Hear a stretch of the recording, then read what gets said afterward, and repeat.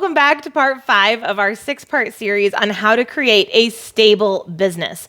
I'm excited because creating standard operating procedures is one of the most powerful tools small business owners can build and add to their arsenal. It allows you not just to hire and train quickly, it eliminates the fact that one person may be the only person in the company who knows how to do X, Y, or Z, but it also creates quality controls for your business. You can now hold your fulfillment team to the same standards, especially when combined with the one-on-ones we discussed in our earlier chapter on people management.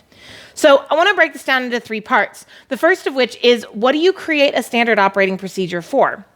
Not everything needs to be, SOP'd, right? Sometimes we go way too deep on this one. So I want you to think about creating SOPs for 2 things. 1, tasks that have a predictable process and or outcome. So predictable process, hey, you're going to do step 1, step 2, step 3, step 4, and you're going to receive one of these handful of outcomes.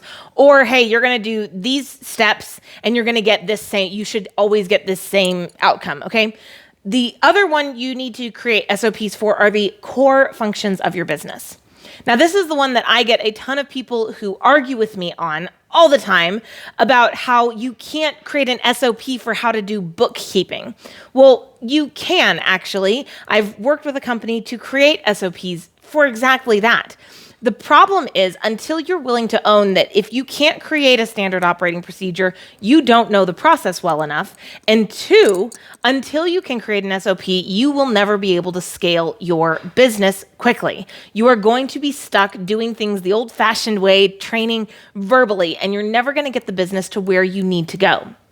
Now, one thing that may help you out is, instead of trying to create one standard operating procedure for bookkeeping, instead, break it down into pieces of the whole. So for example, for us, we don't have a single standard operating procedure on managing your mailing list.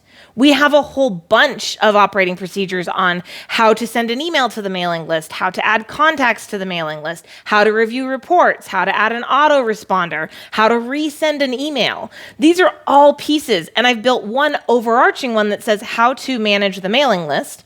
And inside it says, do this SOP once a month, do this SOP twice a month, do this SOP 3 times a month, or whatever the process is. And it links to the other SOPs to make it easy for my team. But when I try and create just one SOP for everything, it becomes overwhelming and intimidating. So instead, break it down, and also understand you do not need to create a standard operating procedure if your software provider has already created a frequently asked question that answers that. You may say, how to add contacts to our mailing list, read this SOP or read this frequently asked question on our software's website. And here's a couple of quick notes from Stephanie that tell you how we do it and which of our lists to add them to. But you don't need to recreate the wheel, so don't kill yourself here. But you do need to create SOPs for the core functions of your business. Now, 2, it's really important as you create these SOPs, you don't lose track of where they are. I know business owners who have struggled with finding the SOPs they created, so they just went and created a new one.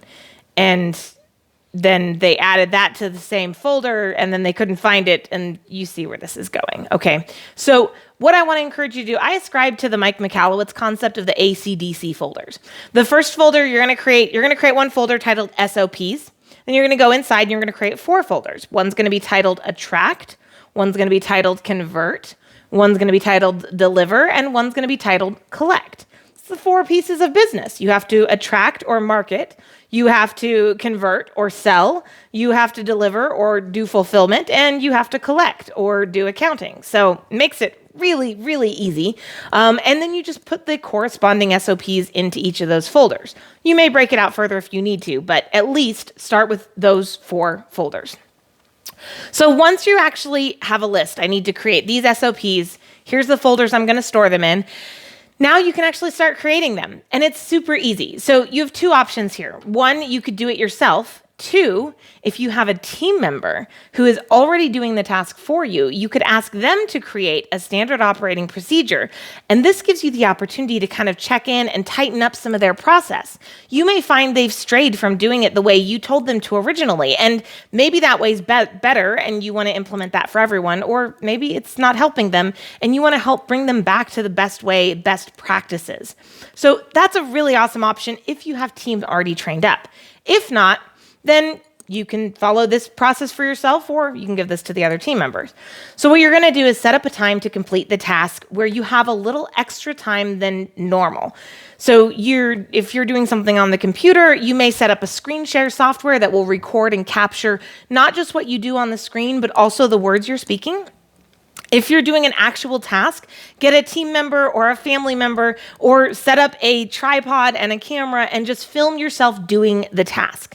Now, as you do this, you're going to need to talk slowly, go slower than normal, explain every step. You want to talk almost like you're talking to a 2-year-old, because the more thorough you are here, the less likely you are to have to re-record that in the future.